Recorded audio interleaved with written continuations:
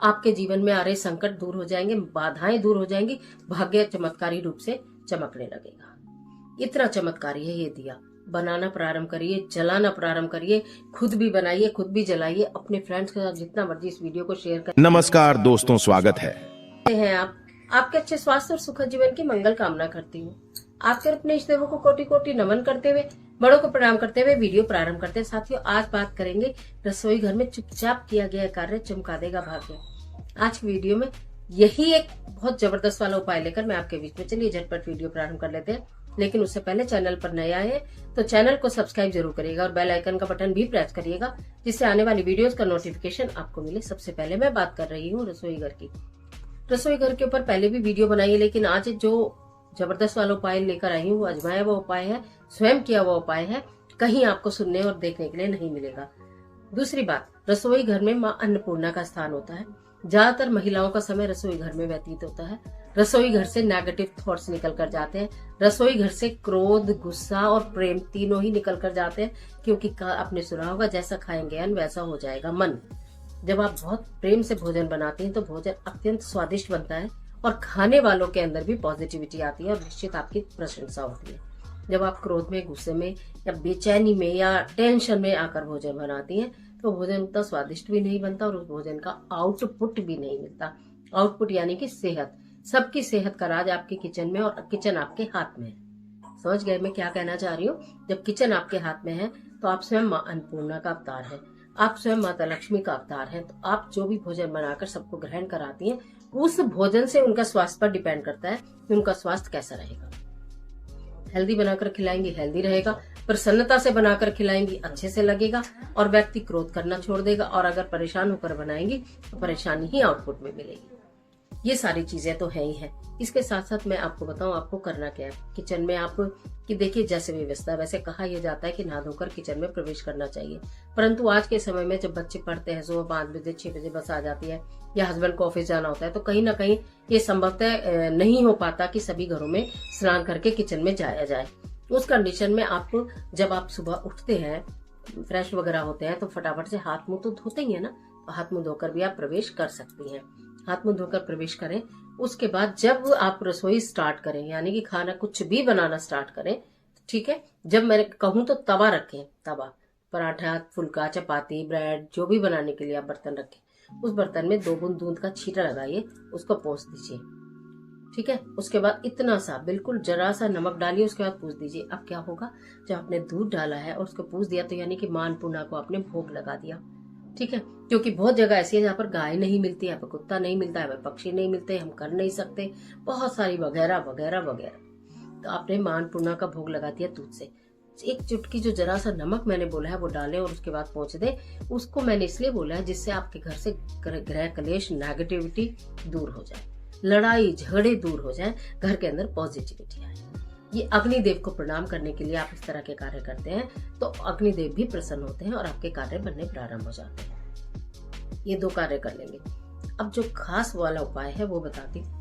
जब आप खाना बनाना शुरू करें तो आपके पास आटा, वैसे तो कहते हैं ताजा ही लगाना चाहिए, लेकिन फिर भी जैसी भी आपकी व्यवस्था है और आपने अब आटा गूंथा हो या आटा आपके पास रखा हो, तो सबसे पहले थोड़ा सा आटा लीजिए, उसका एक छोटा सा दीपक बना लीजिए आटे का।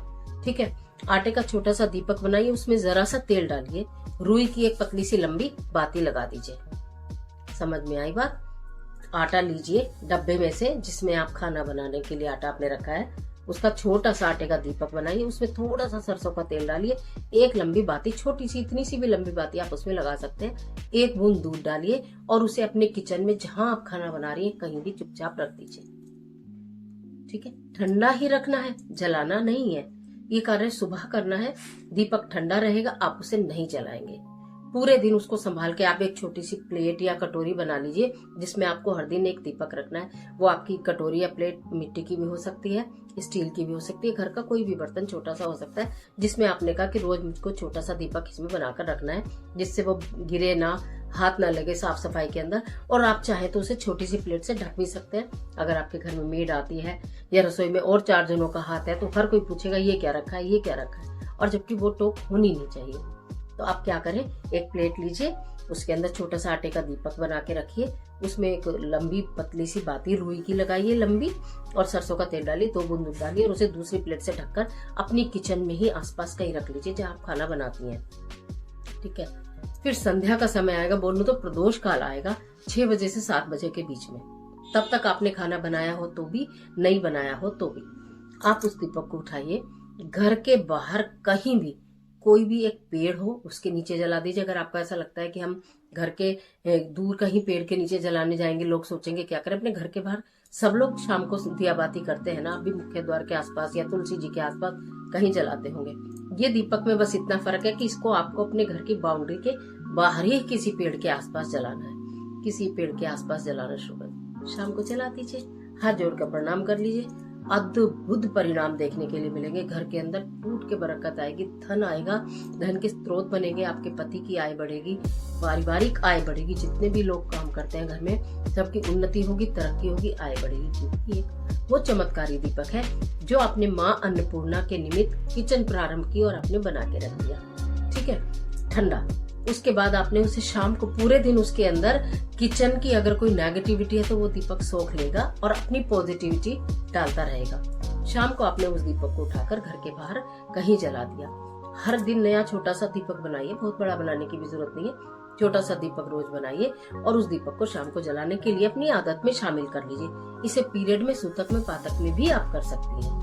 कभी भूल जाए, कभी छूट जाए तो अगले दिन कर लीजिए। निरंतर करते रहिए, इसमें नुकसान कुछ नहीं, लेकिन एक फायदा ही फायदा है। क्योंकि अगर आपको कहीं गाय नहीं मिलती है या आप किसी के भी निमित्त कुछ नहीं निकाल पाते हैं, तो ये एक दिया जो आपने आटे का बनाया है, जिसमें तेल लगाया है, तेल बाती लगाया और 2 बूंद दूध डाला, जब आप इसे जलाएंगे तो आपके जीवन में उजाला तो ये करेगा ही करेगा। इसके साथ साथ ये चींटियों का और कीड़े मकोड़ों का भोजन बनेगा, जिससे कि आपका राहु उच्च का हो जाएगा, राहु केतु उत्पन्न हो जाएंगे, आपके उच्च के हो जाएंगे, आपके जीवन में आ रहे संकट दूर हो जाएंगे, बाधाएं दूर हो जाएंगी, भाग्य चमत्कारी रूप से चमकने लगेगा। इतना चमत्कारी है ये दिया।